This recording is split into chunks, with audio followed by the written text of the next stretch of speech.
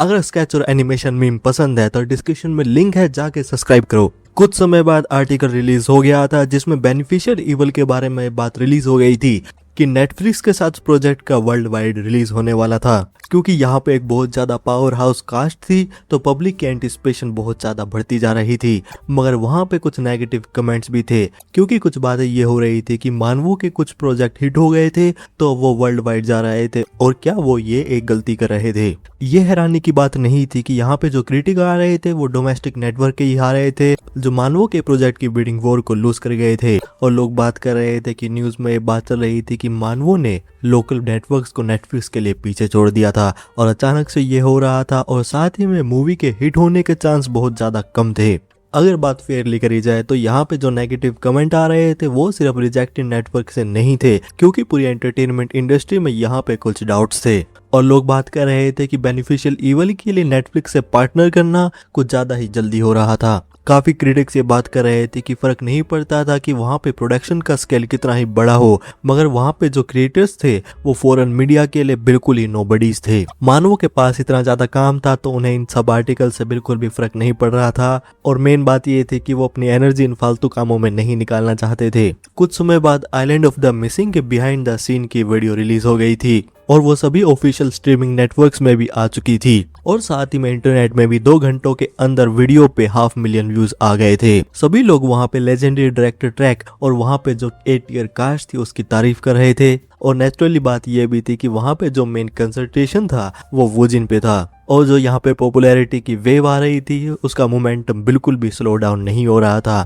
यहाँ HTBS cable network के variety show division के अंदर प्रोड्यूसर योन को एम्प्लॉय बता रहे थे कि वहाँ पे लेटेस्ट व्यूअरशिप के नंबर आ चुके थे। प्रोड्यूसर योन भी वहाँ पे जल्दी से नंबर देखना चाहते थे, क्योंकि वूजिन की स्टार पावर की वजह से शो की रेटिंग पहले से बहुत ज्यादा बढ़ती जा रही थी, और वो 19% पे आ चुकी थी। रूम में वहाँ पे सभी लोगों की सांस रुक गई थी, क्योंकि वो नंबर को देखना चाहते थे। और जो एपिसोड के बाद ऑफिशियल काउंट आया था वो था 20.4%। एम्प्लॉइज भी बात कर रहे थे कि ये एक बहुत बड़ी अचीवमेंट थी, और करंट टाइम में टेलीविजन पे इतना नंबर लाना एक बहुत बड़ा मिरेकल था। प्रोड्यूसर योन ने कहा कि यहाँ पे मेजर काम कास्ट नहीं किया था। एम्प्लॉय भी बात पे एग्री कर रहे थे और बात कर रहे थे कि वूजिन को कास्ट करना एक बहुत जीनियस मूव था। प्रोड्यूसर योन भी अपनी तारीफ से एग्री कर रहे थे। तभी वहाँ पे राइटर किम आई। प्रोड्यूसर योन ने राइटर किम से वहाँ पे आने का कारण पूछा। राइटर किम ने बताया कि वो अभी कॉर्पोरेट मार्केटिंग टीम से कॉल से बात कर रही थी। राइटर किम ने बताया कि उनकी एक बहुत मेजर फूड मैन्युफैक्चरर की कॉर्पोरेट मार्केटिंग टीम से बात हुई थी। प्रोड्यूसर योन ने टॉपिक के बारे में पूछा। राइटर किम ने बताया कि वूजिन ने जो रेसिपी क्रिएट करी थी वो उसे मास प्रोड्यूस करके कमर्शलाइज करना चाहते थे। राइटर किम ने भी देखा कि वो वूजिन की सीवीड रेसिपी को मार्केट में बेचना चाहते थे। और यहाँ शूटिंग लोकेशन पे वूजिन और जुंगमिन के बीच में शूटिंग खत्म हो गई थी, और वो आपस में एक दूसरे की खाने की तारीफ कर रहे थे। जुंगमिन ने वूजिन से पूछा कि वो CEO चोई को वहां नहीं देख रहे थे। वूजिन ने बताया कि बात ये थी कि वो कुछ और बिजनेस के लिए कहीं और चले गए थे। जुंगमिन ने वूजिन से पूछा कि क्या वो उन्हें उनका एक मैसेज दे सकते थे, और क्योंकि उनके पास उनका डायरेक्ट नंबर नहीं था तो वो उनसे फेवर मांग रहे थे। वूजिन ने मैसेज के बारे में पूछा। जुंगमिन ने बताया कि वो उनकी BS एंटरटेनमेंट एजेंसी में ट्रांसफर करना चाहते थे। वूजिन भी इस बात पर सरप्राइज हो गए थे और देख रहे थे कि अचानक से ये बातें क्या हो रही थी। जुंगमिन ने बताया कि उनका करंट कॉन्ट्रैक्ट खत्म होने वाला था, और वो जिस कंपनी के अंडर थे उसका एक कॉर्पोरेट स्प्लिट होने वाला था, तो वो अप्रिशिएट करेंगे कि वो उनका मैसेज CEO चोई को दे दे, और वो भी BW एंटरटेनमेंट में जेन्युइनली आना चाहते थे। वूजिन भी देख रहे थे कि यहाँ पे कुछ ज्यादा ही कॉम्प्लिकेटेड चीजें हो रही थी, और बताया कि वो उनका मैसेज CEO चोई को दे देंगे। जुंगमिन भी वहाँ पे थैंक यू कह के चले गए थे। वूजिन भी सोच रहे थे कि जुंगमिन सच में उनके साथ साइन करना चाहते थे, और ये सच में एक बहुत बड़ी न्यूज थी। तभी वूजिन के पास CEO चोई का कॉल आ गया था। वूजिन भी देख रहे थे कि टाइमिंग बिल्कुल परफेक्ट थी। CEO चोई ने वूजिन से पूछा कि क्या उनकी फिल्मिंग खत्म हो गई थी, और बताया कि उनकी मीटिंग भी खत्म हो गई थी, तो वो उनको पिकअप करने आ रहे थे। वूजिन ने बताया कि उनके पास भी उनको देने के लिए एक बहुत बड़ी न्यूज थी, और उन्होंने जुंगमिन की पूरी सिचुएशन के बारे में बता दिया था। CEO चोई भी इस बात पे सरप्राइज हो गए थे, क्योंकि एक टॉप टियर एक्टर जुंगमिन उनके कंपनी में आना चाहता था, और अगर जुंगमिन ये बात जेन्युइनली करना चाहते थे तो CEO चोई इस अपॉर्चुनिटी को बिल्कुल भी नहीं छोड़ने वाले थे। CEO चोई ने वूजिन से कहा कि वो जुंगमिन से बहुत जल्दी बात करेंगे, और बताया कि उनके पास वूजिन के लिए भी कुछ अपडेट्स थे। CEO चोई ने बताया कि उनकी प्रोड्यूसर योन से एक मीटिंग हुई थी। वूजिन इस बात पे थोड़ा थोड़ा कंफ्यूज थे। वो जिनको बताया गया कि शिम मैन्युफैक्चर उनकी रेसिपी को इंस्टेंट नूडल की तरह बेचना चाहते थे। वो जिन भी पूछ रहे थे कि क्या ये बात सच में हो रही थी। सीईओ चोई ने बताया कि वहाँ पे कॉन्टेक्ट पहले प्रोडक्शन टीम से हुआ था, मगर उन्होंने ये चीज पहले प्रेडिक्ट करी थी क्योंकि वहाँ पे ऑडियंस का रिएक्शन भी बहुत ज्यादा अमेजिंग था, मगर उन्होंने एक्सपेक्ट नहीं करा था कि वो इतनी जल्दी अपना मूव प्ले करेंगे। और इंडस्ट्री में भले ही ये बात नहीं थी, मगर ये चीजें बहुत ज्यादा रेयर थी और जब प्रोडक्ट वहाँ पे शेल्फ्स पे आएगा तो वो बहुत जल्दी बिक भी जाएगा। सीईओ चोई ने यहाँ पे एक पॉजिटिव पॉइंट ये भी बताया, जब वुजिन का प्रोडक्ट वहाँ पे कन्वीनियंस स्टोर में आएगा तो वुजिन की पब्लिक विजिबिलिटी वहाँ पे मल्टीप्लाई होने वाली थी और एक ब्रांड के पर्सपेक्टिव से ये एक बहुत मैसिव विन था। और अगर सच में एक ब्लॉकबस्टर प्रोडक्ट बनता है तो वो सच में एंटरटेनमेंट हिस्ट्री बनाने वाले थे। शिम कंपनी ने बताया कि मैन्युफैक्चरिंग साइड वो हैंडल करने वाले थे और उन्हें वहां पे रेसिपी को हैंड ओवर करना होगा और ब्रांड का एज ए ऑफिशियल फेस बनना होगा। और वोजिन को ये बात पहले बता रहे थे कि वोजिन का फेस प्रोडक्ट की पैकिंग पे भी आने वाला था और जो भी फाइनेंशियल नेगोशिएशन होने वाले थे वो सीईओ चोई हैंडल करने वाले थे और बाद में वहां पे एक रॉक सॉलिड कॉन्ट्रैक्ट भी होगा। वुजिन को बताया गया कि वहां पे पहला कमर्शियल भी एग्री हो चुका था और ये टाइमिंग बहुत ज्यादा फ्लॉलेस थी और वहां पे सिनर्जी भी बहुत ज्यादा ऑर्गेनिक थी और ये डील भी बहुत ज्यादा अमेजिंग थी। वुजिन इस बात पे शौक हो रहे थे क्योंकि वुजिन ने अभी तक जिंदगी में इंस्टेंट नूडल सिर्फ खाए ही थे, मगर अब वो उनका खुद का ब्रांड बनाने वाले थे और क्या ये चीजें सच में हो रही थी। वुजिन देख रहे थे कि क्या इस चीज में कोई नेगेटिव पॉइंट भी था और वो भी वहां पे इंतजार नहीं करना चाहते थे और एक्चुअल प्रोडक्ट को शेल्फ्स पे देखना चाहते थे। वुजिन ने भी कहा कि ये अपॉर्चुनिटी बहुत ज्यादा अमेजिंग लग रही थी। सीईओ चोई ने कहा कि ये बातें परफेक्ट थी और जो भी वहां पे शिम के साथ कोऑपरेट डिस्कशन होने थे वो सब सीईओ चोई कर लेंगे और वहां पे सेकंड फिल्मिंग ब्लॉक भी फाइनलाइज हो चुका था। सीईओ चोई ने बताया कि सभी लोगों के साथ शेड्यूल को मैच करना बहुत ज्यादा नाइटमेयर हो रहा था और साथ में क्योंकि वहां पे लॉजिस्टिक भी थे और वहां पे एलएमए भी जाना था, मगर यहाँ पे शूट 1 वीक के लिए करना इम्पॉसिबल था। तो ऑफर करा गया था कि शूट इस बार 4 या 5 दिन का होने वाला था। साथ ही में ये भी बताया गया कि जो स्टैंडर्ड प्रोसीजर था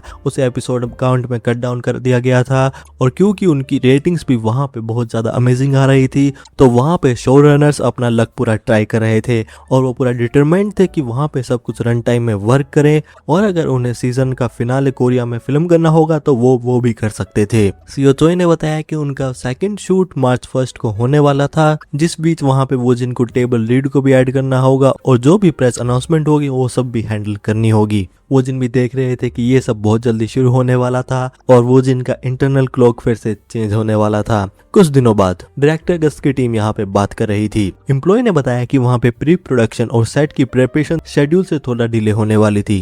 डायरेक्टर अगस्त ने पूछा कि वहाँ पे पहले से टाइमलाइन बहुत ज्यादा टाइट थी और वहाँ पे वो टेबल रीड सबसे पहले कब शुरू कर सकते थे। एम्प्लॉय ने बताया कि अगर वो रियलिस्टिक बात करे तो सब कुछ मार्च के मिडल में होने वाला था। डायरेक्टर अगस्त ने कहा कि ऐसा बिल्कुल भी नहीं हो सकता था और वो इसे 1 हफ्ते पहले खत्म करे और डायरेक्टर अगस्त वहां पे लगातार ऑनलाइटर भी पुल करने वाले थे और वो स्टोरी बोर्ड्स को भी खुद करने वाले थे, तो उन्हें स्क्रिप्ट रीडिंग को मार्च 6 को ही करना होगा। तो टेबल रीड वहां पे 6 को होगा और ऑफिशियल क्रैक वहां पे 8 को। एम्प्लॉय ने भी पूछा कि क्या वो सिर्फ 2 दिन में टेबल रीड से प्रोडक्शन पे हिट करने वाले थे। डायरेक्टर अगस्त ने भी पूछा कि क्या वो ये चीज कर सकते थे। एम्प्लॉय ने बताया कि ये बात इम्पॉसिबल नहीं थी, मगर यहाँ पे कास्ट और क्रू को बनाना एक अलग स्टोरी थी। डायरेक्टर अगस्त ने बताया कि यहाँ पे सब लोगों को अच्छी तरह से हासिल करना होगा और क्योंकि वहाँ पे पोस्ट प्रोडक्शन और एडिटिंग साथ में होने वाली थी जब शूटिंग होने वाली थी, तो वो सभी टैलेंट को नोटिफाई कर दें कि स्क्रिप्ट रीडिंग 6 को होगी और प्रिंसिपल फोटोग्राफी वहाँ पे 8 को होने वाली थी। एम्प्लॉय ने वहाँ पे असाइनमेंट को समझ लिया था। तभी डायरेक्टर अगस्त के पास एक कॉल आया। डायरेक्टर अगस्त ने भी देखा कि ये पर्सन उन्हें अचानक से कॉल क्यों कर रहा था। डायरेक्टर अगस्त ने वहाँ पे इंग्लिश में बात करते हुए पूछा कि उनके माइंड में क्या चल रहा था और ये पर्सन थे प्रोड्यूसर जोसेफ। प्रोड्यूसर जोसेफ ने बताया कि वो ग्लैड थे कि डायरेक्टर अगस्त ने उन्हें याद करा था। डायरेक्टर अगस्त ने भी कहा कि वो एक हॉलीवुड के इतने पावर हाउस प्रोड्यूसर को कैसे भूल सकते थे और कॉल करने का कारण पूछा। जोसेफ ने बताया कि बात शुरू करने से पहले वो कॉल की बातों को कॉन्फिडेंशियल रखना चाहते थे और पूछा कि क्या वो डायरेक्टर अगस्त के प्रोजेक्ट की शूटिंग के दौरान वहां पे सीक्रेटली आके प्रोडक्शन को ऑब्जर्व कर सकते थे। डायरेक्टर अगस्त ने भी पूछा कि क्या वो अभी से उनके प्रोजेक्ट को ट्रैक कर रहे थे और वो भी देख रहे थे कि वो उनकी प्रोडक्शन में आना चाहते थे। जोसेफ ने कहा कि जितना उन्होंने सुना था सब कुछ टाइटल्ड हो चुका था। डायरेक्टर अगस्त ने भी कहा कि उनका इंटेलिजेंस नेटवर्क कुछ अलग ही लेवल पे था, और क्योंकि वो एलए में थे और उन्हें ये बात पता चल गई थी कि टाइटल वर्किंग में था, ये बात कुछ अलग ही थी। जोसेफ ने बताया कि मेजर हॉलीवुड फिल्म मेकर और अलग फिल्मस्कार डायरेक्टर अगस्त के अगले प्रोजेक्ट पे क्लोज नजर रखते हैं, और सभी को ये बात पता है कि ये डायरेक्टर अगस्त की 100 फिल्म होने वाली थी और उनका टारगेट एक बहुत ग्रैंड प्राइस था। डायरेक्टर अगस्त ने फिर भी पूछा कि वो उनके सेट पे क्यों आना चाहते थे। जोसेफ ने कहा कि अगर वो डायरेक्टली बात करें तो वो एक स्पेसिफिक कोरियन एक्टर को देख रहे थे और इसीलिए वो कोरिया में आने की अरेंजमेंट कर रहे थे, और उन्होंने हमेशा ये बात बिलीव करी थी कि ट्रू एक्टिंग टैलेंट सेट पे आके ही इवेल्युएट करा जा सकता है, क्योंकि फिल्म खत्म होने के बाद वहाँ पे बहुत ज्यादा वेरिएबल्स चेंज भी हो जाते हैं, तो वहाँ पे उन्हें खुद प्रेजेंट होकर परफॉर्मेंस को खुद देखना होगा और खुद उस चीज की कंफर्मेशन करनी होगी। डायरेक्टर अगस्त ने पूछा कि वो किस बात की कंफर्मेशन करना चाहते थे। प्रोड्यूसर जोसेफ ने बताया कि वो कह सकते थे कि वो वहाँ पे आके उनके लिमिटलेस पोटेंशियल की असेसमेंट करना चाहते थे।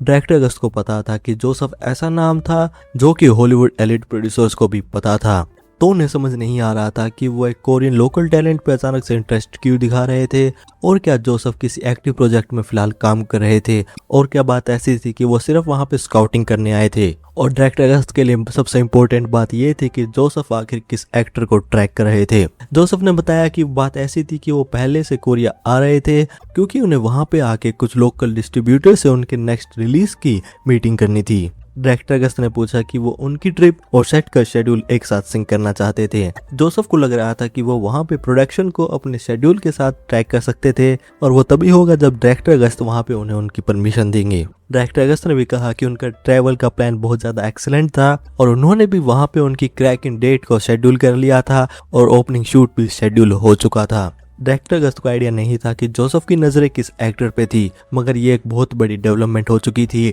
और अगर वहां पे सब कुछ सही जाएगा तो फ्यूचर में काफी लोगों के लिए डोर्स को ओपन कर सकता था, और डायरेक्टर अगस्त ने इस बात पे एग्री कर लिया था और बताया कि वहां पे आने से पहले उन्हें वो नोटिफाई कर दें।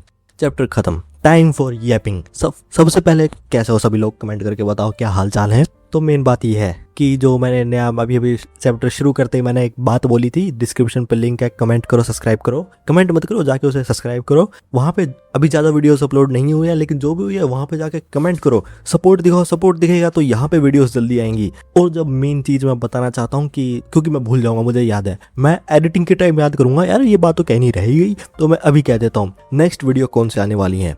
तो क्योंकि इस वीक आई थी, वो आई थी हमारी स्टोर वाली एंड रेस्टोरेंट वाली जो आ चुकी हैं। नेक्स्ट वीडियो एचएस की आएगी, जो हमारा कंपोजर भाई हमारे म्यूजिक बना रहे हैं मस्त। सेकंड जो हमारी जो नई सीरीज मैंने शुरू करी है वो वाली आएगी। एंड थर्ड मैं ट्राई करूंगा, कोशिश मेरी पूरी रहेगी कि वो वीडियो आ जाए। नहीं आ पाए तो कोई बात नहीं, नेक्स्ट वीक आ जाएगी, वीडियो जरूर आएगी, उस बात की चिंता मत करना। तो मैं किस वीडियो की बात कर रहा हूँ मैं पहले बता देता हूँ, कहीं भूल जाओ तुम लोग, मैं भी भूल जाऊंगा, पूरे चांसेस है भूलने के। जो हमारी सोर्ड्समैन हमारे मैजिक बनते, क्या बोल रहा हूँ मैं, जो हमारे सोर्ड्समैन होते हैं पास्ट लाइफ में, लेकिन इस लाइफ में उन्हें मैजिक करना होता है। अगर तुम लोगों ने वो सीरीज देखी है तो कमेंट करके बताओ देखी या नहीं देखी, कैसी लग रही है। और मेन चीज कि फाइनली ऑफर आने वाला है, क्योंकि जोसेफ आए हैं तो ऑब्वियसली सभी को पता है, पूरे गांव को पता है, तो लोगों को पता है, मुझे भी पता है, जिस बंदे ने सीरीज भी नहीं देखी उसे भी पता है उसे, क्योंकि मैंने कॉल करके बताया था। क्या बात पता है कि जोसेफ वुजिन के लिए आने वाले हैं, लेकिन मेन बात यह है कि ऑफ कोर्स हॉलीवुड से ऑफर आएगा वुजिन के लिए, ये बात नॉर्मल है, लेकिन क्या वुजिन ऑफर को एक्सेप्ट करेंगे? रीजन शेड्यूल बहुत ज़्यादा टाइट चल रहा है। मेन बात यह है कि सेकंड वहाँ पे ये है कि स्क्रिप्ट भी अच्छी होनी चाहिए,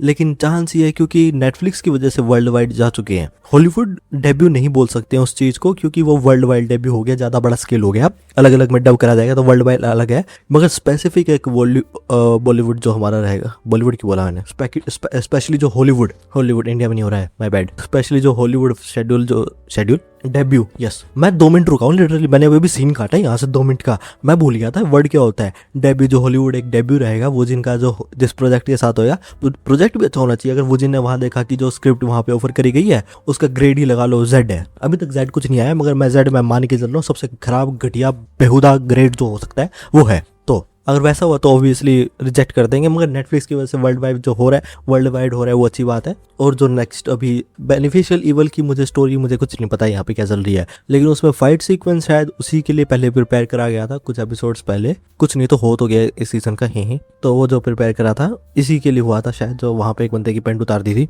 सो फनी यार, अभी भी मजा आया सुन के, वेल डिजर्व था, ये बात अलग है। नेक्स्ट मैं जो कहूँगा ये क्यों बात बोली, मैं पता नहीं ऐसे रैंडम क्यों हो जाता, नेक्स्ट मैं ये कहूँगा, कोई जरूरत नहीं ऐसी बात करने की, मैं सीधी सीधी लाइन बोल सकता हूँ, लेकिन नहीं, क्योंकि मैं सोच रहा हूँ कि आगे क्या बोलूँ, क्योंकि यहाँ पे मेरे पास कोई स्क्रिप्ट नहीं है, तो यहाँ पे बस रैंडम दिमाग में मेरे बातें आती है, मैं बोलता हूँ। तो हाँ, एक र्यूमिन जो हमारे आ रही हैं BW एंटरटेनमेंट में, तो थर्ड एक्टर आ रहा है, क्योंकि पहले सबसे हांग हुई थी, उसके बाद वोजिन भाई ने ज्वाइन करा, अब र्यूमिन आ रही हैं, तो BW एंटरटेनमेंट का स्केल बड़ा हो रहा है, तो वहाँ पे क्वेश्चन टाइम स्टैम्प के साथ आंसर देना कि क्या ये चीज़ हो सकती है नहीं हो सकती है। क्वेश्चन मैं पूछूंगा, मुझे 1 सेकंड दो, हो गया 1 सेकंड। तो क्वेश्चन ये है, क्योंकि अब BW एंटरटेनमेंट में हो चुके हैं 3 एक्टर, 1 2 3 यस, हांगयुई, वोजिन एंड र्यूमिन जो भी ज्वाइन करेंगे, कर ही लेंगे, उनकी कंपनी डूब भी रही है, एक तरह से स्प्लिट हो रहा है, लोग पैसे लेके भाग रहे हैं, अलग बात। क्वेश्चन ये मेरा कि क्या जो रिन आइडल है हमारी, वो जिनने गाय फ्रेंड में जो काम करा था जिनके साथ, कि क्या वो भी BW एंटरटेनमेंट को ज्वाइन कर सकती हैं, क्या चांसेस लग रहे हैं तुम लोगों को? इस टाइम स्टैम्प के साथ कमेंट करके बताओ कि हो सकता है नहीं हो सकता है, और क्या दोनों के बीच में कोई स्टोरी शुरू हो सकती है, किसके बीच में स्टोरी शुरू हो सकती है। इस बात का मैंने पोल भी डाला था, काफी लोगों ने अलग अलग एक्टर्स को सपोर्ट करा था, तो वो चीज भी अलग है। साथ में एक और कि अगर हॉलीवुड जाएंगे तो हॉलीवुड में पहले से एक पर्सन को जानते हैं, वो जिन जो कारा थी, जो म्यूजिक भी करती है, एक्टिंग भी करती है, डायरेक्टिंग भी करती होंगे, मुझे बताया नहीं कॉल करके पर्सनली, तो उनके साथ वहाँ पे प्रोजेक्ट पहला हो सकता है, क्योंकि पहले से जानते हैं। तो ये एक चीज है कि वो भी जोसेफ को कॉल करेंगे। आगे मैं बता रहा हूँ, मैं पूरी प्रिडिक्शन यहाँ पे फेंक के मार रहा हूँ, जब वो जिन जाएंगे ना, पता चलेगा। जोसेफ का एक रैंडम सीन दिखाएंगे 4 पेज का, कि जोसेफ के पास कॉल आएगा, जोसेफ भी बोलेंगे बड़े टाइम बात हुई है, कैसे हो, हाय लो। सामने बोलेगी वो कारा जो हमारी है, वो बोलेगी अरे मैंने सुना है तुम फिल्म बना रहे हो, मुझे भी करनी है। तो इंटरेस्टिंग हवाबाजी में से बात करते हैं, पूरा डायरेक्ट बात कोई नहीं कर रहा है यहाँ पे। आगे मेरे को बड़ी बेकार चीज लगता है, डायरेक्ट बात करो। बंदा वहाँ पे क्या है, हेलो मुझे मूवी पे काम करना है, वहाँ पे जाके 4 लाइन बोलेगा, हे कैसी हो, मैंने सुना है तुम कुछ कर रहे हो, मैं नहीं बताऊंगा क्या कर रहे हो, लेकिन मुझे पता है क्या कर रहे हो, लेकिन मुझे ज्वाइन कर रहा है जो भी तुम कर रहे हो, तो वहाँ पे जो कर रहे हो मुझे भी ज्वाइन करवाना है। तो दैट इज द थिंग। सीधी सीधी बात करो यार, जाके हेलो मैसेज कर दो, व्हाट्सएप कर दो यार, I want to join your movie. नहीं करते ये लोग, रीजन नहीं बताया आज तक, इन लोगों ने नहीं बताया, नहीं ना मैंने पूछा, मैं नहीं पूछ रहा जाके, आई डोंट केयर। थर्ड क्यों बोला मैंने, 1 2 तो हुआ ही नहीं, थर्ड मैं नहीं कहना चाहता था। मेन मेरा ये है कि एक और बात मैं तुम लोगों से पूछना चाहता हूँ, कि जो तुम लोगों को पता है मेरा एक चैनल है जहाँ पे मैंने एक ही वीडियो डाली है, जमाने पहले वो डाली थी, वीडियो पुरानी हो चुकी है, वीडियो के ऊपर मिट्टी जम चुकी है, मेरे को कपड़ा मार के साफ करनी पड़ेगी। मेन बात ये, जो मेरा टी एक्सप्लेन्स दैट कुछ ऐसा ही नाम है, नाम भूल गया, खोले उसे बहुत ज़्यादा जमाना हो चुका है, उसके बारे में मैं पूछना चाहता हूँ कि क्या उस पर मैं जैसे 4-5 मिनट्स की या फिर 1-2 मिनट की मैक्सिमम जो भी नई सीरीज वगैरह आ रही है, एनिमे भी आ रहा है, जो भी वट इज कमिंग ऑन, उसके ऊपर मैं रैंडम वीडियो बना दूँ, रैंडम न्यूज़ जो भी entertainment industry, I mean film जो भी रिलीज हो रही है उसके बारे में कुछ आर्टिकल आ गया, उसके बारे में बस बहुत ज़्यादा यैपिंग करते हो। यैपिंग मैं करता हूँ, लेकिन वहाँ पे तो नहीं होगी, 1-2 मिनट की बनेगी, उस पर एडिटिंग भी नहीं होगी। क्या तुम लोग वो देखोगे? तो second time stamp is this, तो इस बारे में कमेंट करो कि क्योंकि उसको बनाने में टाइम नहीं लगेगा और मुझे कुछ पता चल रही है तो मैं डाल देता, तुम लोग देखोगे तो मैं डाल दूंगा, ऐसी बात नहीं है। तो that was it for today. कैसी लगी वीडियो कमेंट करके बताओ, और मेंबरशिप लो, क्योंकि रीजन इज वीडियो जल्दी देखने को मिलेगी, क्योंकि तुम लोग यहाँ पे संडे को देखोगे, तुम सैटरडे को देख के पहले से मजे करोगे, या फिर 1 हफ्ता पहले भी आ सकते कुछ वीडियोस। तो ये है। तो जाने से पहले thank you so much video देखने के लिए। मैं यहाँ पे अपना कीबोर्ड साफ कर रहा हूँ, क्योंकि कीबोर्ड के ऊपर मकड़ियाँ आ चुकी हैं, मुझे दिख रही है एक, मैं भाग रहा हूँ यहाँ से। Bye bye.